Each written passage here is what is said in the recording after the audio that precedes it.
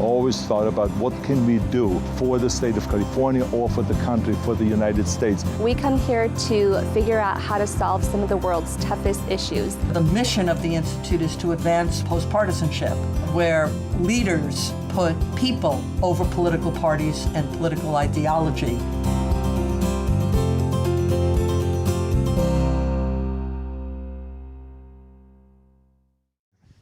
I just want to say thank you very much to Per for coming here, and to the students for organizing this. Barney, thank you very much for organizing this. This is obviously a very, very important subject to us all, and especially to me.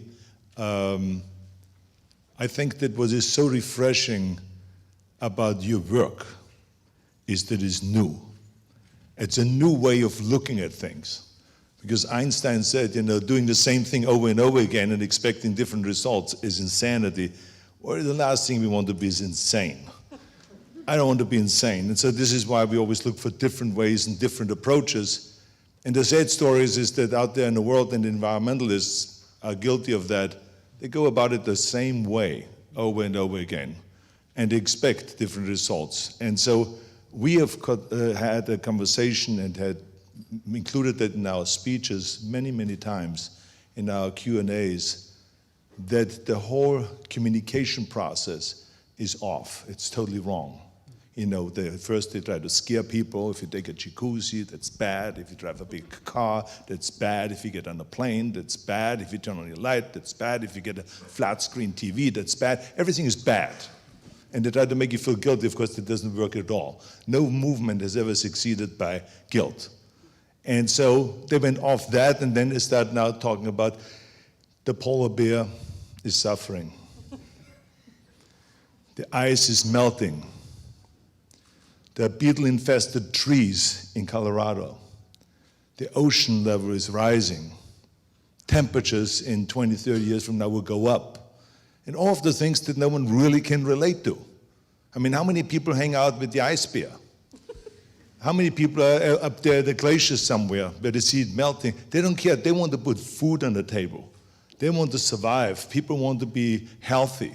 So, but no one ever talks about that aspect. As Barney was addressing it, and you were talking about it, the health aspect, for instance. It's just one example. No one talks about it. I read the endless amount of reports from the Vatican and from here in California. When politicians talk about it, they talk about climate change. And then, what is if you don't believe in that? Then you just walk away, like you say, you feel good about it, say, look, I don't really believe in this stuff. I mean, it's not really proven. Walk away and you don't feel guilty anymore.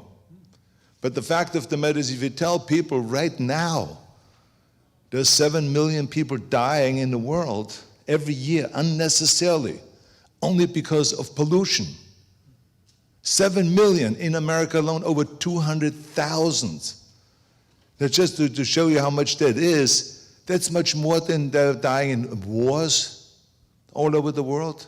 Car accidents, suicides, homicides, all of those things. The people that are dying from pollution is much higher than any of those things. But the environmentalists, for some reason or the other, don't even talk about that. They mention it somewhere on the end, yeah, and it has health risks.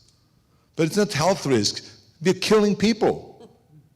So, I mean, why wouldn't we all therefore get together and really join and say, let's stop this killing, this unnecessary killing? And so I think that we have to find ways to communicate with people where it means something now, rather than 30 years from now there will be a climate change, and there will be a temperature increase. And this is what it means then, and all those kind of things. It just doesn't work. I mean, you can mention it, but it shouldn't be the headline.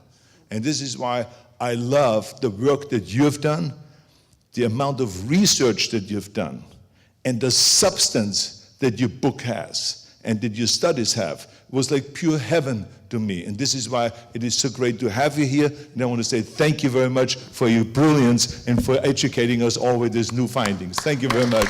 Thank you.